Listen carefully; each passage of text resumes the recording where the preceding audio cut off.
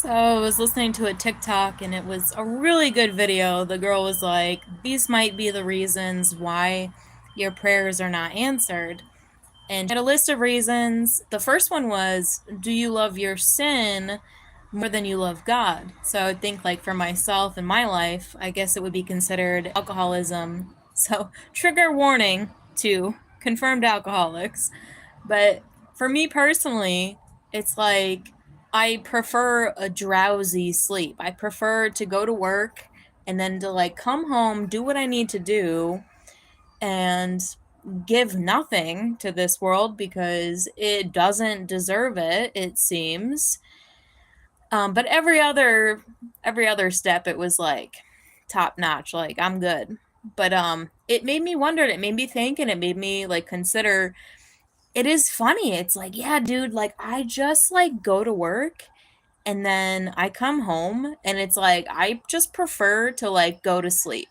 I prefer to induce sleep as much as I can because I don't really have anything to give back. Like, okay, I do like in the spirit, but I've done it. You know what I mean? Like at this day and age, like I've done some of the things I think to make, and I'm like, dude, we're so cooked though. And it's very unnatural for me at 35 years old to like have a house and a homestead and just not have a life. Like, so it's interesting because the people who criticize me the most of drinking too much or whatever it may be, I take Benadryl, like I like a drowsy ass fucking sleep, dude. I just want to just be done with it, right? Like when I'm done with the day, I just want to be done with the day. So it's interesting to think about because we're so cooked as a civilization, like in this timeline.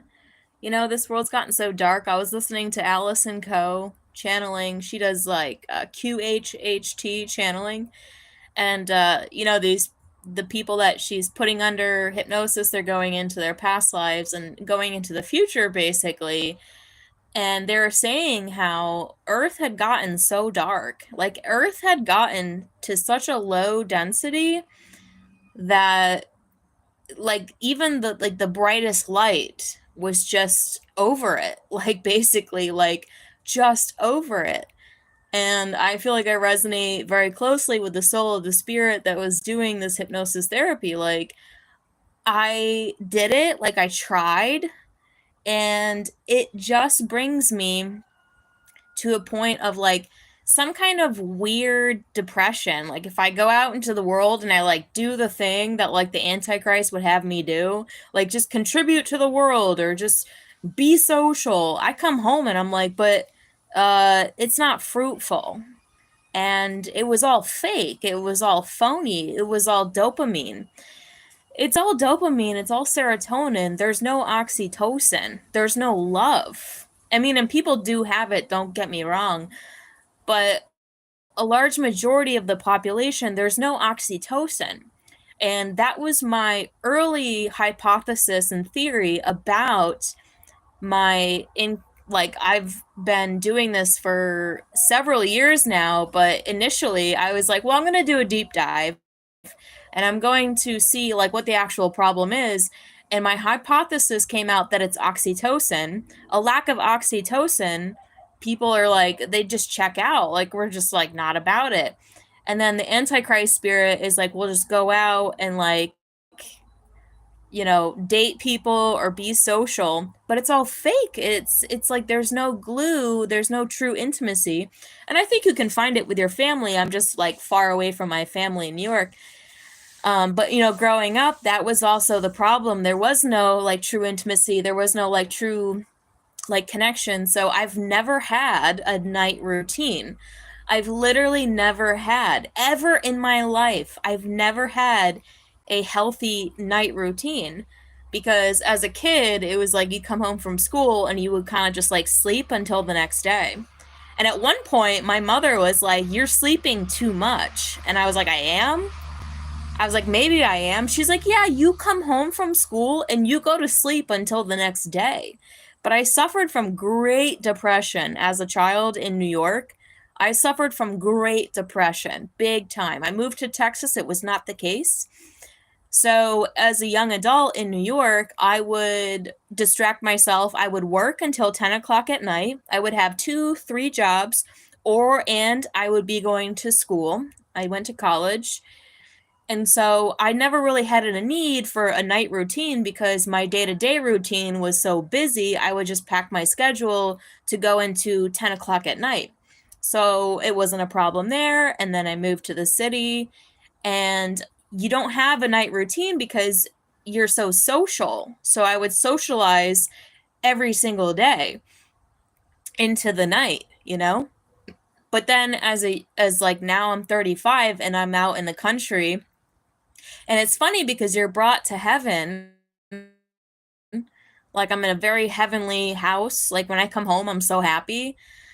But I've never had a night routine. So if I have a boyfriend at the time, then I don't drink, I don't do any of that. It's just me and him in the evening watching TV, cooking dinner.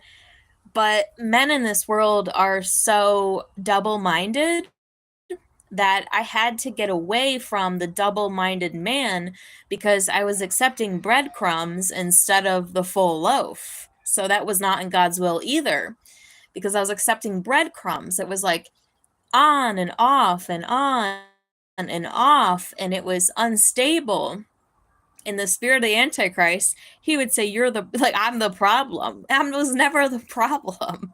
For a man to ever yell at a woman, it's like, dude, no, that's so unnatural. Like, I do nothing warranting anyone to yell at me. It's just, in retrospect, I feel like all the astrology alignments are bringing so much revelation. It was like, dude, it was never me. Like, I'm not the problem. I'm not the problem here. So it's funny, like, it's true. I just do my day to day, and when the day is over, I just want the day to be over, and I want a very drowsy sleep until the next day.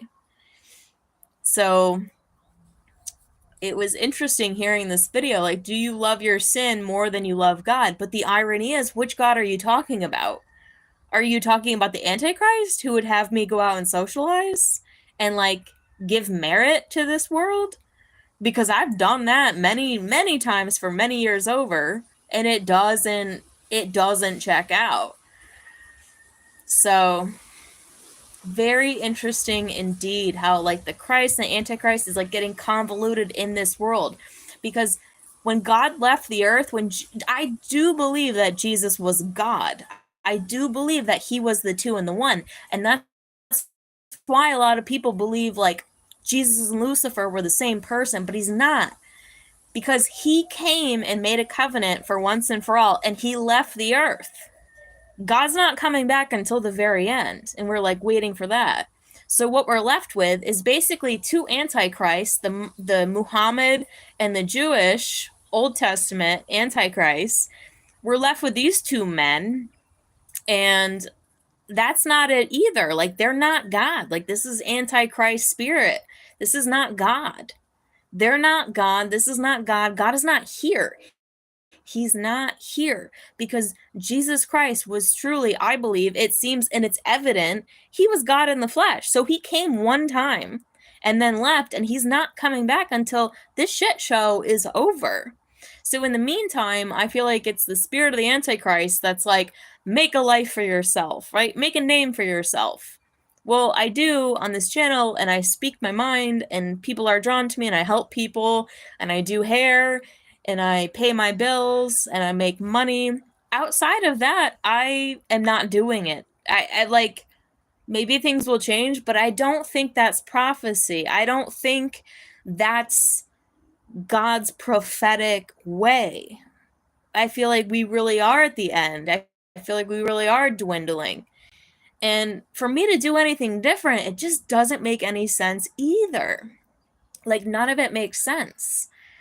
So I feel like we are really just waiting on the return of, well, we're waiting on, like, the Antichrist and then the return of the Lord Jesus 3.5 years later.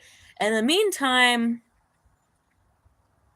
I don't want to salvage. Like, I want to, like, salvage in the spirit. Like, my clients are really cool like me and normal, and like my family cool like me, normal. Outside of this intimacy of relationship, right? The things that you can carry to heaven, because you can't carry fake friends with you to heaven. You can't carry loads of money with you to heaven. But you can carry intimacy in the relationship, and I'm not going to accept intimacy from somebody who is that of the antichrist spirit. But I feel like as a single woman at 35, 35-year-olds carry a lot of baggage. I find that people that got together and grew up with their husbands or wives, they have good relationships because they literally grew up as young adults with their husband or their wife. When you're 35 years old, you've got wisdom and maybe baggage. They've got baggage, dude. And it's like accepting narcissistic breadcrumbs in place of what should be a loaf of bread.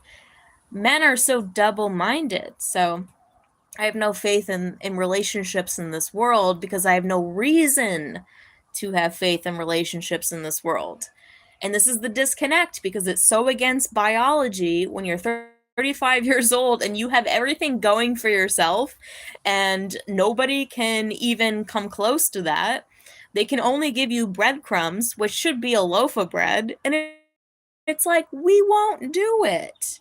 We're not doing it. Like, I'm still a young woman. Like, young women under Christ are not accepting breadcrumbs from the Antichrist. We just won't do it, dude. So, I don't know what the answer is, but I'm just saying. I'm just saying. Vanessa, good to see you. Manny left. Good riddance. I know you guys have been on and off, and it's so interesting because I look at Manny and I'm like, he does resemble, because there's a genetic, like the genetics are so strong. Like, I see how Manny resembles the Son of God, but it's funny how they don't act like it. Right? They do this weird cycling. It's like you're constantly cycling in like a loop of chaos. It's good for a minute and then they do the same shit. It's good for a minute and then they do the same shit. And it's like for us to just finally be like, dude, I just can't do anything with you. Not only can I not do anything with you, God can't do anything with you either. Like, we can't do anything with these men. So I'm not mad about it. It's just the reality, and it's probably just the way God would have it, because we're not meant to settle for breadcrumbs of the narcissist when you deserve the whole loaf, you know? Exactly. So it's like kind of like good riddance. Like, I can't do anything with you. And they'll always say that we're the problem, but the irony is like you're yelling at me and getting angry with me is never warranted. It's always them and their doing. It's always you saying something about what they're doing and then they yell at you. Like, no man should yell at a woman ever. And if you have to, like, if you feel like you have to yell at that woman, like, just maybe she's a witch, maybe she's a sea nymph, maybe she's a Lilith demon, like, just get away from her. If she's negative and nasty, yeah, maybe just like get away from her. But simultaneously, we have to learn to get away from them. I'm never warranted to be yelled at by a man. It's just like, it's so against nature. It's so insane. So I'm just like, no angry man in my house. Like, no angry men are allowed in my house. No liars are allowed in my house. Like, so you can't get back in the house. But narcissists just want to go from A to Z without going from B to W. They just want to go from A to Z. And that's how I guess they appear to be such stand-up men, but they don't do the work. They don't do the work that it takes to be whole within themselves. And then they seek some kind of like validation from you, but they don't actually want it from you. They want it from everyone else. They want you to be like this beard of them being a stand-up person, but they're not. It's not reality. It's all a facade. So we can't do any, like, we just, at this point, we can't do anything. Just like the QHHT hypnosis therapy where this woman was just like, dude, Earth got too dark that you couldn't even move. And that's how I feel. And I'm not trying to justify anything, but it's the reason why I'm not going to do anything different. Like I'm not going to do anything different until I have a reason to do anything different. So we'll see what happens. But prophecy would have it, it's probably more likely the Antichrist coming and shit hitting the fan. It's exhausting to keep waiting for shit to hit the fan, but, you know, it's also God's mercy on the earth. But, dude, I don't know how much mercy this earth deserves. Like, I don't know. Amazingly, he tends to find it. Like, Donald came out with all these tariffs, and then he was like, okay, 90 days. But that's mercy for the world. Save your freaking money, dude. 90 days, he put like a hold on the tariffs. 90 days. Okay, but that's like mercy for the world. But at the same time, I'm like, this MFer is just buying people time. This is what the Antichrist does. He tries to buy time for the world where we're just like, let it rip, dude. Let it rip. So Donald gave another 90 days of mercy. You got 90 days to save your money and get your wits about you. And I'm over here like, dude, I'm going to be doing the same exact shit for 90 days. I'm not going to gain any kind of hope. I'm not going to, no, dude. No, dude. It's going to be just more of this. It's going to be more of this for 90 days. And I'll enjoy it because I'm happy at home. I'm happy in general. This is what makes me happy. It doesn't make me happy to try hard and just find that it's all darkness. It's all empty. It doesn't make me happy to try really hard just to find it's all darkness. It's all empty. Because reality would have it that it's all darkness. It's all empty. The plea from the spirit of the Antichrist says that I'm not living in reality. When the truth is, no, I'm living in a deeper reality than you understand. I can see, not everybody, but when it comes to my personal life, I can see the soul in people and I can see people's motives. So it's my job to voice the motives of people that are close enough to me that need to be voiced. So when you voice the motives of people around you connected to you through someone else, I would rather not be connected to someone else. I would rather them just fuck off and find out. You know what I mean? They'll say you don't live in reality. No. I just see a deeper reality that's happening around you. You don't want to see it. That doesn't mean I'm not living in reality. I'm just living in a deeper reality where I can see the soul and I can see the motives of people. And I can characterize the personalities of people. If a woman is flirtatious to a man, that's not her personality. That is insecurity. All these women come around and they're like, oh, flirtatious with my boyfriend. I'm like, dude, that's not their character. He's like, oh, they're just very flirty women. That's just their character. That's not their fucking character. That's their insecurity. This is not character. This is insecurity. So, no, I'm not going to be with somebody who allows other women, whether they're married or not. This is the other criticism. Oh, well, these women are married, so what difference does it make? They're not very honorable married women.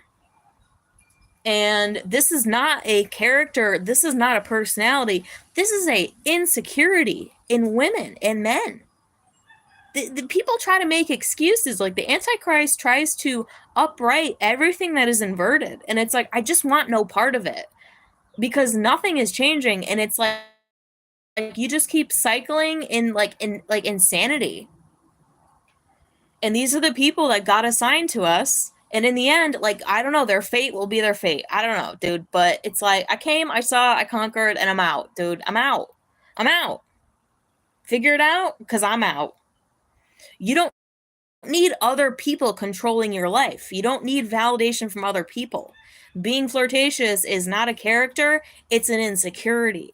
But they want to make excuses for everybody because the Antichrist wants to make excuses for everybody when in reality, they're a witch.